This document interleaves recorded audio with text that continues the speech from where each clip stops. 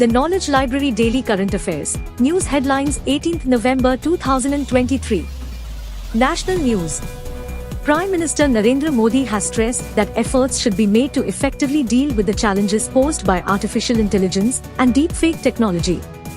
Minister for Commerce and Industry Piyush Goyal today said that the crisis of COVID-19 pandemic impacted climate change, ragging geopolitical tensions, and disrupted the global supply chains.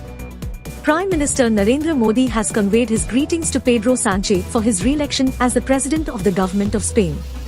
Raksha Mantri Rajnath Singh today held a bilateral meeting with his Timor-Leste counterpart Dr. Donaciano do Rosario da Costa Gomes in Indonesia's capital Jakarta. The Culture Ministry will organize India Art, Architecture and Design Biennial at Red Fort to provide a global platform for the promotion of arts and the artist fraternity.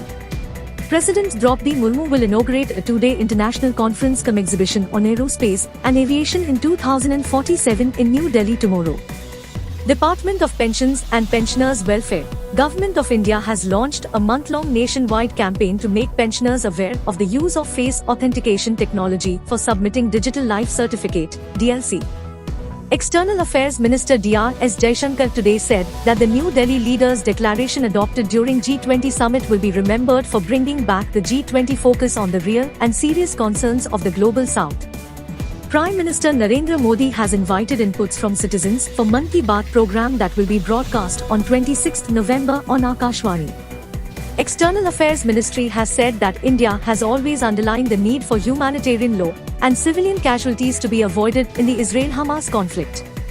Union Minister for Earth Sciences, Kiran Rijiju has reached Maldives to represent India at the oath-taking ceremony of Dr. Mohammad Muizzu as the new president this evening. The Reserve Bank of India has tightened norms for unsecured personal loans for banks and non-banking financial companies. The Ministry of External Affairs has announced that High Commissioner of India to the Cooperative Republic of Guyana, Amit S. Telang, has been concurrently accredited as the Indian Ambassador to the Caribbean Community. State News. In Tamil Nadu, Union Minister of State for Social Justice and Empowerment, Pratima Bhaumik, inaugurated a 10-day-long Divya Kala Mela 2023 at Chennai today. Around 72% voter turnout recorded in single-phase assembly elections in MP, over 68% voting in final-phase polls in Chhattisgarh. The 4-day Chhath Puja celebrations began in different parts of the country today with the traditional Nahai Khai ceremony. The Punjab and Haryana High Court today quashed the Haryana State Employment of Local Candidates Act 2020, which has the provision of 75% reservation to the domiciles of the state in the industries in Haryana. In Jammu and Kashmir, 6 terrorists have been killed in 2 different encounters in Kulgam and Rajouri districts today. The Passing Out Parade, POP, of the 145th course of the National Defence Academy, NDA, in Pune will be held on 30th November. Haryana Development and Panchayat Minister Devender Singh Babli today said that Haryana has become the first big state in the country to ensure Har Ghar Nal Se Jal, tap water to every household, under Jal Jeevan Mission. The Maharashtra State Economic Advisory Council has submitted a list of 341 recommendations to the state government to help it realize the goal of becoming a $1 trillion economy. Union Minister of State for Health Dr. Bharati Praveen Pawar today visited the new land site for Pasteur Institute of India in Kunur, Nilgiris. The South Coast Railway Zone Zonal Headquarters is going to be set up in Vishakhapatnam soon. Union Minister of State for Information and Broadcasting L. Murugan today inaugurated the Tamil Nadu Infrastructure Summit at Chennai.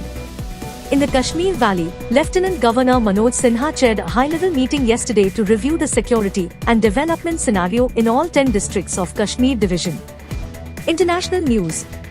European Union lawmakers and member states have reached a deal to revise the bloc's waste shipment regulation and in exports of certain types of waste to third countries that are unable to process it properly.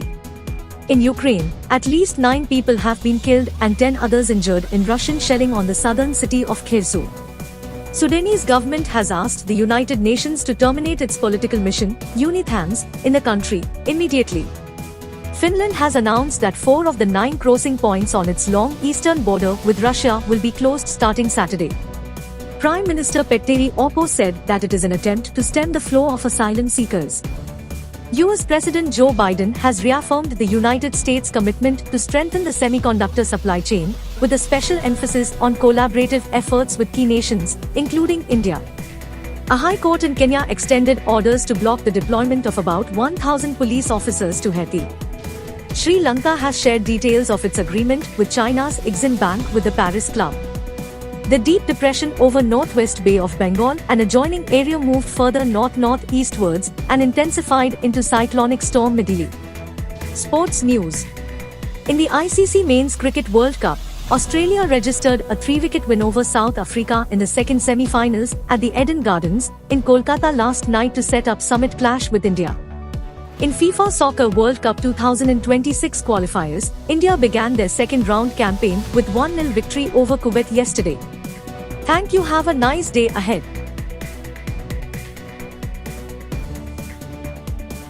Like, share and subscribe our channel.